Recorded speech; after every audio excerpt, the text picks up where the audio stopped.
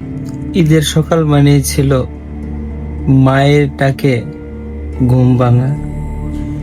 নতুন জামাটা নিয়ে পাশে এসে দাঁড়িয়ে থাকতেন, আর হাসি মাখা জল মুখটা মনে করিয়ে দিত আজ সকাল, আজকে নতুন একটা ঈদের দিন।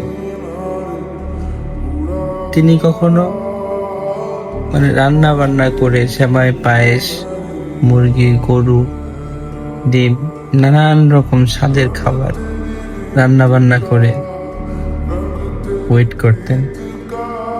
আমারকে নিয়ে অনেক গল্প করতেন। সেই কাটানো সময়টুকু হঠাৎ কেন জানি বদলে গেল।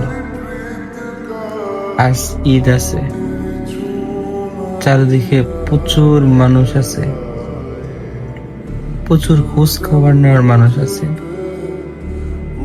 কিন্তু সেই হাসি মাখা মুখটা নাই। তো সকালবেলা ঘুম থেকে ওঠার জন্য তিনি ডাকতেন, জামা কাপড়, গ্রান সাবান দিয়ে গোসল করাতেন। যেই মাকে সালাম করে আমরা নামাজে যেতাম, 5 টাকা, 10 টাকা, 100 টাকা সালামি দিত,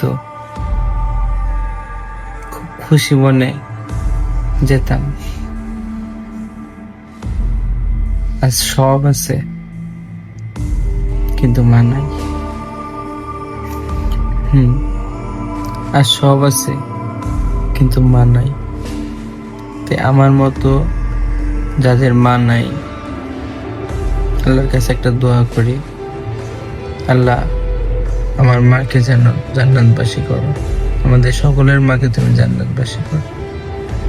এবং যাদের মা আছে তারা মাকে প্রাণ ভরে ভালোবাসা দিয়েন।